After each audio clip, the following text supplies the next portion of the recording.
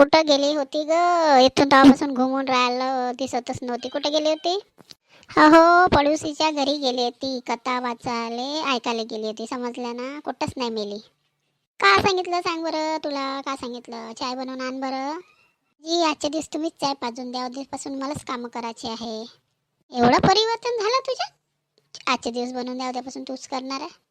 त्यांनी सांगितलं पती परमेश्वर आहे, त्यांची पूजा करा, त्यांना टायमावर जेवण द्या, त्यांच्या हातून काम करू नको घ्या. आता नाही तर मग मी पापी बनणार, म्हणून मी आता कामं करावं लागेल. ते चांगलं सांगितलं ग त्यांनी. असंच पाहिजे तुमच्या बायाले. आता पाय बरं, उद्यापासून कामं करशील, मी मोकळं ऑफिस जायले. आज करून घ्या स्वयंपाक बिपाक, भांडे बिंडे, पोचा बिचा. उद्यापासून मी करते, नाही तर कामवाली पाहते. समजलं ना? पण ते ऐकण्याचा काही अर्थ नाही होणार ना. तू ऐकून आली तर त्याचं पालन तुला करावं लागेल, तेव्हाच तर ते तुझ्या कामी येणार. नाही तर काय होणार? तुलेच काही ना काही बिमाऱ्या लागून जाईन.